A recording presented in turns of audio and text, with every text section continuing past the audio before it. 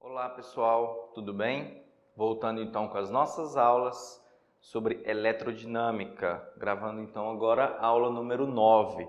As 3 últimas aulas foram só falando sobre resistores, né? Falei no geral sobre resistor, nas 4 últimas na verdade, né? Depois falei sobre associação em série, depois falei sobre associação em paralelo e por fim na aula 8, a associação mista, que era a junção desses dois tipos de associação de resistor. Juntava em série, em paralelo e formou a mista. Beleza.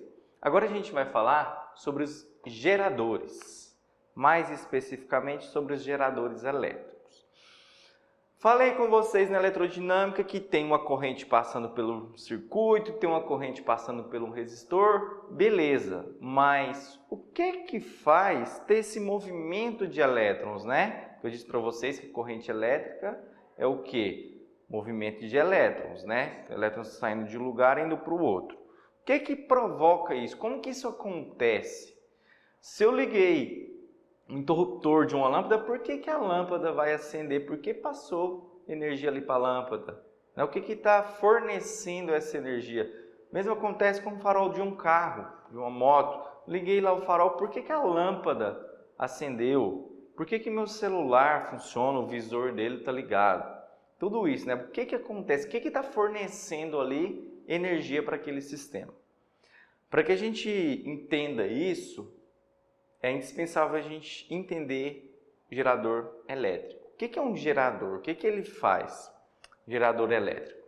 Ele vai pegar uma energia não elétrica e vai converter em energia elétrica, tendo alguma energia ali dissipada pelo caminho, porque nenhuma máquina, né, 100%, nenhum gerador vai pegar 100% de energia e converter em 100% de energia elétrica. Não, a gente tem uma perda ali. Às vezes bem pequenininha, que até a gente fala que é insignificante, mas vai ter. Qual o principal tipo de perda que a gente tem? Aquecimento, né? Calor. Tá? Vou falar isso com vocês depois. Então, beleza. Basicamente, o gerador vai pegar energia não elétrica e converter em energia elétrica. Alguns exemplos. Uma bateria, o que ela faz? Ela pega energia química e transforma em energia elétrica. Energia solar, aquelas placas solares. Pega energia solar, energia elétrica. Aquelas energia eólica, que tem umas pás gigantescas, né? Que é energia proveniente do vento. Energia eólica para energia elétrica. Então, tudo isso, as hidrelétricas também, né? Que tem a turbina lá, aí o movimento da água vai rodar a turbina para produzir energia elétrica. Então, tudo isso são exemplos de geradores, tá? Pega um tipo de energia, converte em energia elétrica. Só que uma pequena parte ali vai ser de energia dissipada. Quanto menor for isso aqui, tá, gente? Mais eficiente vai ser o gerador.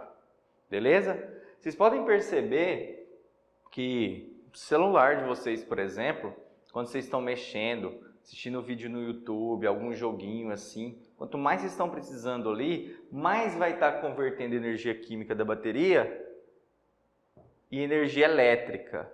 Tá? A bateria ali vai fazer isso, é o gerador.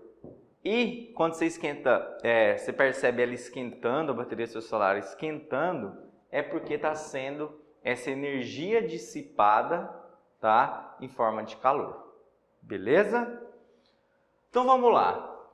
Qual é o símbolo do gerador que a gente usa? A gente tem 2 casos, tá? O gerador que a gente chama de real, que é aquele que acontece mesmo no dia a dia, com a perda, igual eu disse para vocês, e outros gerador ideal, que a gente fala que a perda ali é tão pequeno para o total que a gente está trabalhando, que a gente despreza, tá? Então aqui, ó, eu vou ter uma resistência, que a gente chama de resistência interna, tá? E aqui é o símbolo, que que a gente chama de força eletromotriz, tá? Então aqui eu tenho um polo negativo e um polo positivo, sempre o menor negativo e sempre o maior positivo. Aqui, como eu só tenho isso, eu não tenho resistência interna, então eu só tenho um polo negativo, o polo positivo e o Ezinho da força eletromotriz. De novo, essa resistência aqui é aquela resistência interna que vai ser a perda do que não vai ser transformado em energia elétrica, como eu disse aqui para vocês, né? Energia dissipada de alguma coisa, por exemplo, o calor. Então essa vai ser a resistência interna. E aqui vai ser a força eletromotriz, tá? Do gerador, como eu expliquei ali para você. E aqui o gerador ideal, como não tem essa perda, não vai dissipar calor, por exemplo, que a gente desconsidera, esse aqui é o gerador ideal, beleza? Então, essa é a simbologia que a gente usa. Voltando aqui então, né, pessoal? Estava falando para vocês sobre os geradores elétricos, que são dispositivos, né, que fazem o quê? Pegam a energia não elétrica e transforma em uma energia elétrica, tá? Nesse meio do caminho aí, com essa transformação, o que que acontece? Um pouco de energia dissipada, normalmente em forma de calor, tá? Que eu expliquei para vocês ali no outro quadro. Vou falar agora sobre a equação característica dos geradores e a curva característica do gerador, tá? Primeiramente, equação característica. U, que é o quê? A diferença de potencial, é igual à força eletromotriz menos a resistência interna, tá, do gerador, vezes a corrente que passa por ele. Só para mostrar aqui, para ficar mais fácil de vocês entenderem, eu vou colocar o circuito aqui de novo, tá? Do gerador que a gente usa, o símbolo na verdade, né? Tem aqui uma resistência e aqui a força eletromotriz. Então aqui a minha resistência interna e aqui a força eletromotriz. Lembrando que eu tenho o polo negativo e o polo positivo. Negativo menorzinho e o maiorzinho positivo. Beleza. Então o que que acontece? A tensão, a DDP, que isso aqui vai fornecer para mim, uma bateria, por exemplo.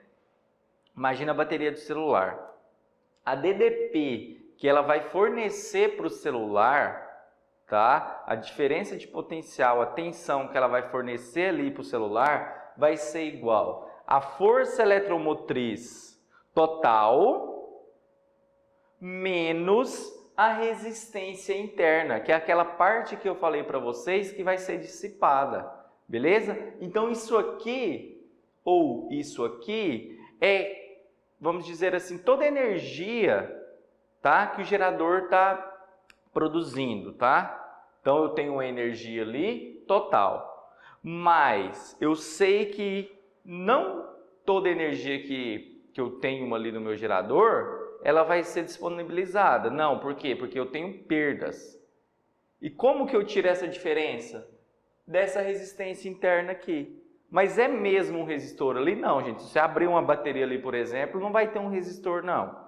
Tá? Mas a gente chama de resistência interna ali do gerador. Então, a DDP, que vai ser fornecido por uma pilha, uma bateria de carro, que seja, vai ser igual à força eletromotriz total menos a resistência interna vezes a corrente que está passando por ele, tá? Então, daquele jeito ali, a gente calcula o que realmente está sendo entregue, tá?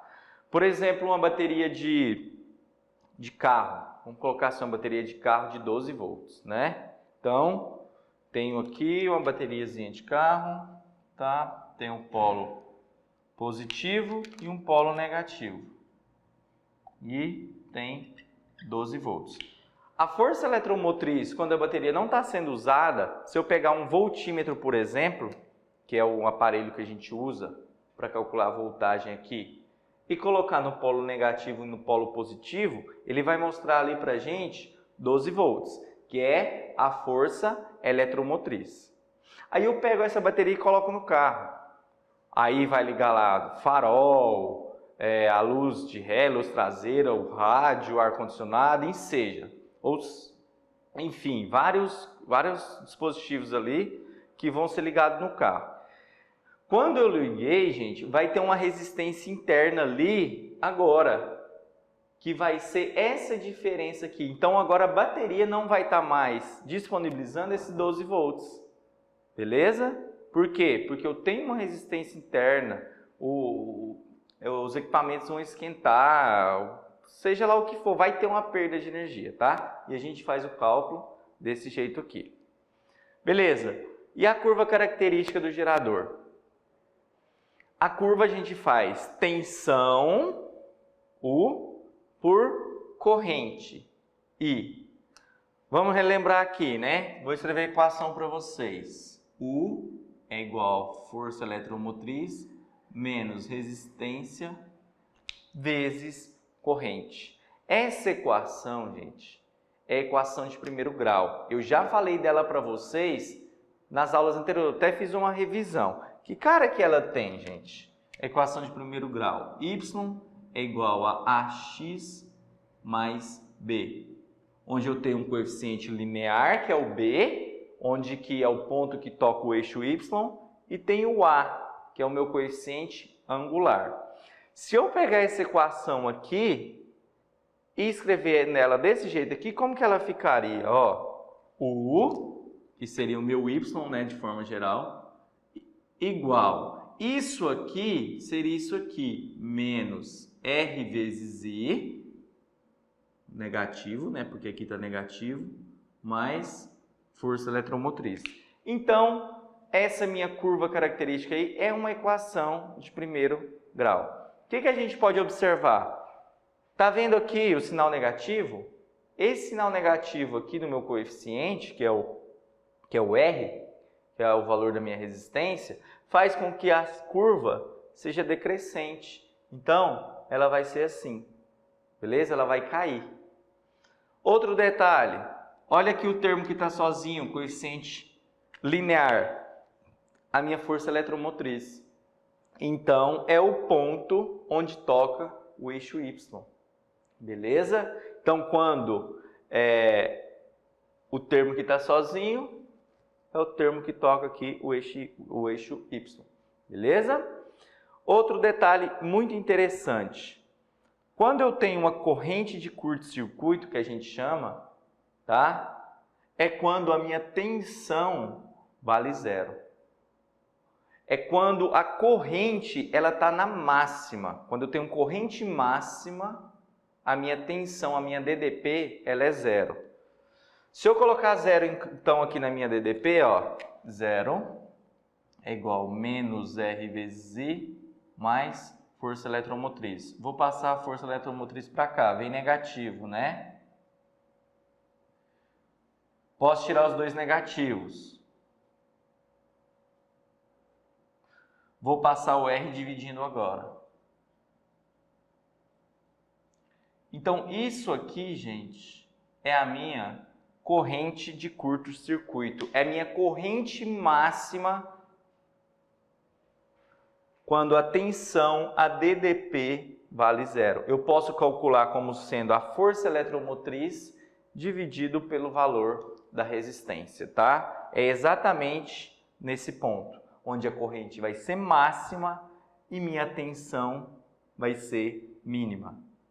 E nesse caso aqui, é quando a minha corrente vai ser mínima, vai ser zero, a minha força eletromotriz vai ser o valor da minha DDP. Ou seja, quando o I vale zero, eu tiro esse termo. Então, a minha DDP é minha força eletromotriz. Lembra que eu disse para vocês? Quando a bateria está desligada de qualquer coisa, e eu coloco um voltímetro aqui, ó, eu vou medir, tá? Essa DDP. E essa corrente de curto-circuito aqui, gente, quando a corrente é máxima, é quando, por exemplo, eu pego um fio e ligo o polo positivo no polo negativo. Daquele jeito ali eu vou ter uma corrente máxima, a gente chama de corrente de curto-circuito.